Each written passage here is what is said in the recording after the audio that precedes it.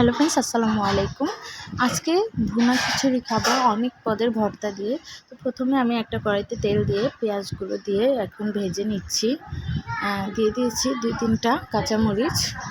এখানে আমি ধুয়ে নিয়ে এলাম মুগ ডালগুলো আমাদের গ্রামের বাড়ি, তো এগুলো মা ভালো করে ভেজে এখন চুড়ে নিয়েছে, নিয়ে এখন এগুলো ভিজিয়ে রেখেছে। নিয়েছে আলু, এখানে চাল আর মসুরি ডাল ভালো করে ধুয়ে নিয়েছি। তো এখন পেঁয়াজগুলো ব্রাউন কালার হওয়া পর্যন্ত অপেক্ষা করা হচ্ছে।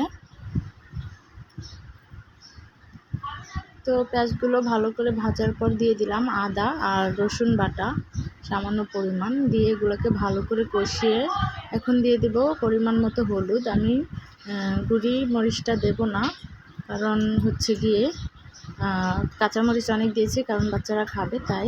তো ভালো করে কষানোর পরে আমি দিয়ে দিলাম চাল, ডাল, আলু সব কিছু দিয়ে এখন ভালো করে আমি নেড়ে নিচ্ছি। নিয়ে ভালো করে কষানো হবে, কষানোর পরে দেব পানি। ততক্ষণ পর্যন্ত অপেক্ষা করা লাগবে। এখানে আমি দিয়ে দিলাম সামান্য পরিমাণ জিরার গুঁড়ো, কাঁচা জিরার গুঁড়োটা দিয়ে দিলাম। তো ফ্রেন্ডস, আমাদের গ্যাসে অনেক সমস্যা করে লাইনের গ্যাসটা, তাই এখন আমরা রাইস কুকারে ঢেলে রাখলাম। ঢেলে পানি পরিমাণ মতো দিয়ে দেব।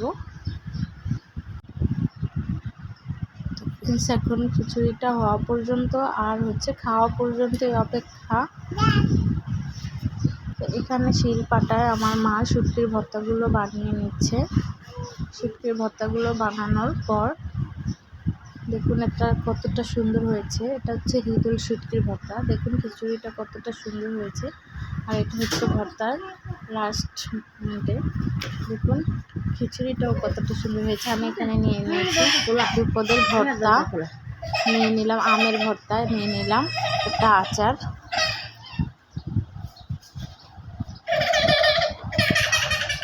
তো ফ্রেন্ডস, ভালো থাকবেন। আল্লাহ হাফেজ, আসসালামু আলাইকুম।